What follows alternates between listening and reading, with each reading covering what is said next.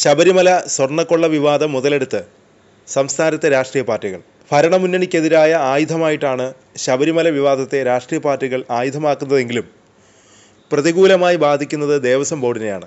വരുന്ന തദ്ദേശ സ്വയംഭരണ നിയമസഭാ തെരഞ്ഞെടുപ്പ് ലക്ഷ്യമാക്കിയാണ് പ്രതിപക്ഷ പാർട്ടികൾ ശബരിമല വിഷയം ആളിക്കത്തിക്കുന്നത്. വോട്ട് ബാങ്കിന് വേണ്ടി വിശ്വാസികൾക്കിടയിൽ ഭരണപക്ഷത്തെ പ്രതിസ്ഥാനത്ത് നിർത്തിയുള്ള രാഷ്ട്രീയ മുതലെടുപ്പ് തിരുവിതാംകൂർ ദേവസ്വം ബോർഡിൻ്റെ മുന്നോട്ടുള്ള പ്രവർത്തനങ്ങളെ സാരമായി ബാധിക്കുന്നതാണ്. ബോർഡിന് കീഴിൽ 1252 ക്ഷേത്രങ്ങളാണ് നിലവിലുള്ളത്. ഇതിൽ ശബരിമല ഉൾപ്പെടെ 49 ക്ഷേത്രങ്ങളാണ് സ്വയം പര്യാപ്തമായിട്ടുള്ളത്. ബാക്കി എല്ലാ ക്ഷേത്രങ്ങളും നഷ്ടത്തിലാണ്. ശബരിമലയിൽ നിന്നാണ് കൂടുതലും വരുമാനം ബോർഡിന് ലഭിക്കുന്നത്.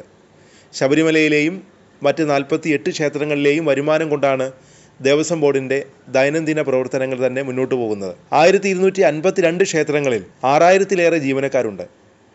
ഇതിനു പുറമെ 5000-ലേറെ പെൻഷൻകാരും ബോർഡിനുണ്ട്.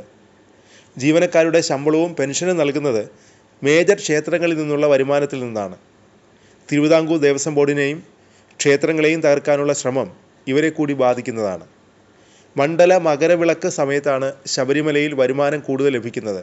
ഒരു സീസൺ കഴിയുമ്പോൾ 400 കോടിയോളം രൂപയാണ് ശബരിമലയിൽ നിന്നുള്ള വരുമാനം. ഒരു വർഷം ജീവനക്കാരുടെ ശമ്പളത്തിനും പെൻഷനും മാത്രമായി 300 കോടിയിലേറെ രൂപയാണ് ചെലവ്. ഇതിനു പുറമെ മരാമത്ത് പണികൾക്കും മറ്റുമായി വേറെ തുകയും വേണം.